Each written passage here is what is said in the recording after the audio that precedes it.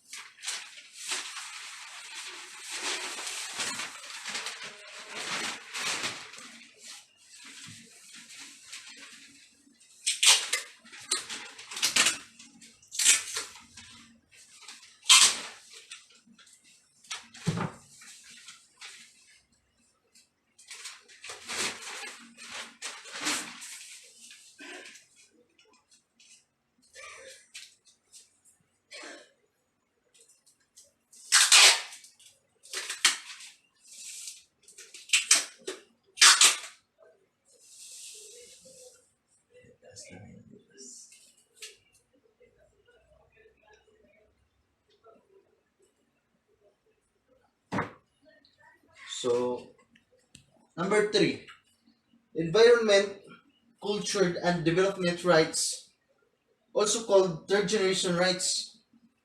These include the rights to live in an environment that is clean and protected from destruction and rights to cultural, political, and economic development. So, the example for number 3 is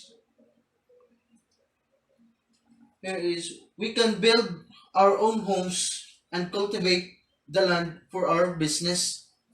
That is the example of number 3. So, Universal Declaration of Human Rights. What is human rights education? So, human rights education is education about but also human rights violations such as torture is teaching about human rights.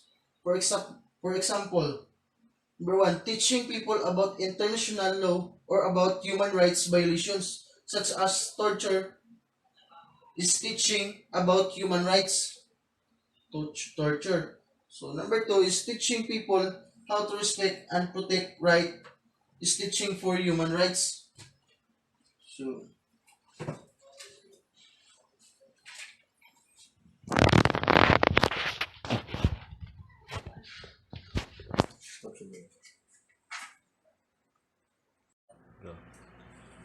human rights in the Philippines.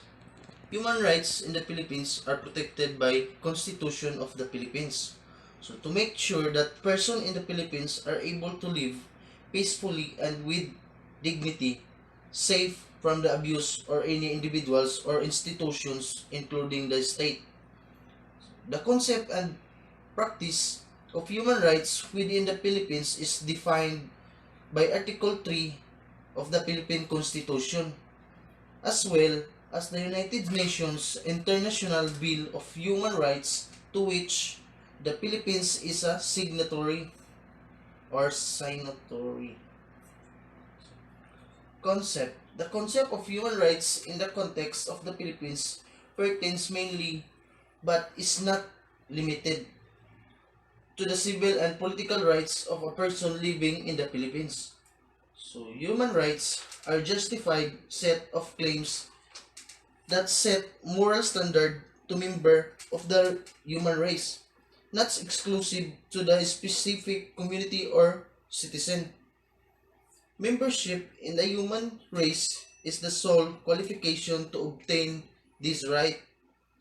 Human rights, unlike area-specific conversations of international laws,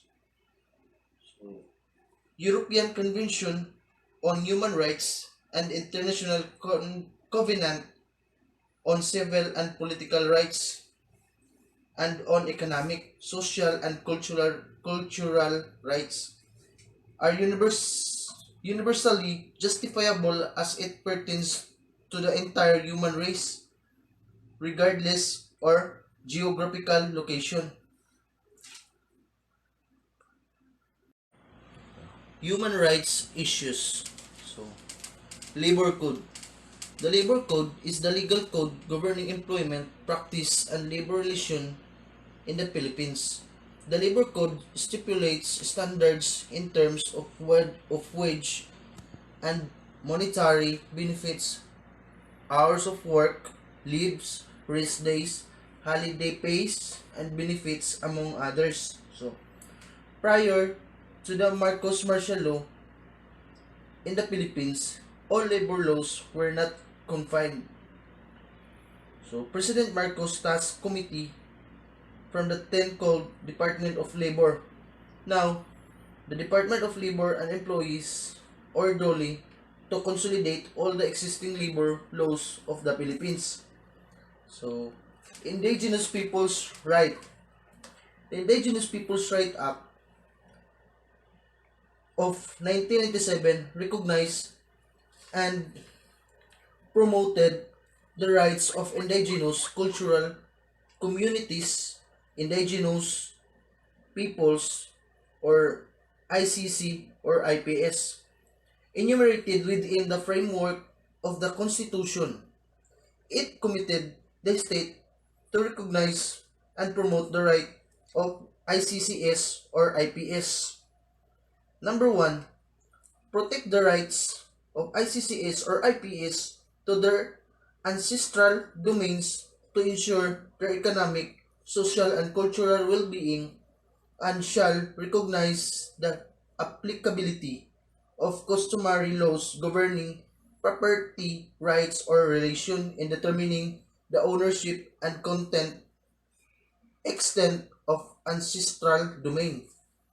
So number 2, recognize, respect, and protect the rights of ICCS or IPS to preserve the develop their culture, to preserve and develop their culture, traditions, and institutions. It shall consider these rights in the formulation of national laws and policies. So number 3, guarantee that members of the ICCS or IPS, regardless of sex, shall equally enjoy the full measures of human rights, full measures of human rights and freedom without distinction of discrimination. So number 5 is take measures with the participation of the ICCS or IPS concerned to protect their rights and guarantee respect for their cultural integrity, and to ensure that members of the ACCS or IPS benefit on equal footing from the rights and opportunities which national laws and regulation grant other members of population. So, it declared that the state recognize its obligations to respond to the strong expressions of the ICCS or IPS for cultural integrity by assuring maximum participation in the direction of education, health, as well as other service of ICCS or IPS in order to render such service more responsive to the needs of desires of these communities. So,